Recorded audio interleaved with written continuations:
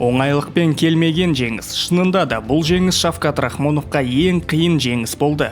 3 раундта Шавкат басымдылық көрсетсе, ал қалған екеуінде Ян Гери кішкентай басымдылық көрсеткен сияқты. Ал ең жаманы, бұл жекпе-жекті қарап отырған чемпион Белал Мұхаммед Шавкаттың жекпе-жегіндегі минустарын өзінің дәптеріне жазып сақтап алғандай. Себебі ол енді белбеуді Шавкатқа қарсы қорғауға міндетті. Және де бұл турнирдағы көрініс оны таңғалдырмаған сияқты. Ең қызығы, Шавкат Белалды октагонға шақырғанда, Мұхаммедті UFC адамдары танымай өткізбей жатты.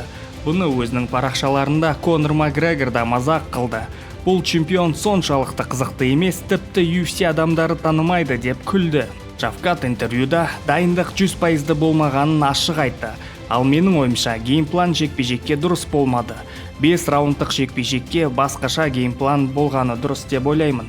Мысалы, күрес тейкдаун бірінші раундтарда көп күш алып қойды, ал стойкада Ян Геридің аяқпен тепкен соққылар болмаса, стойкада Шавкат күштірек болды, және де чемпиондық раундтарда күреске салысқанда досрочный победа болар деп ойлаймын. Ал сіздер қалай ойлайсыздар? Комментарияға жазыңыз.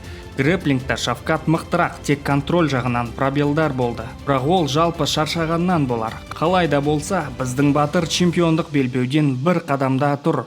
Барлығымыз қолдау жасайық. Алға Қазақстан!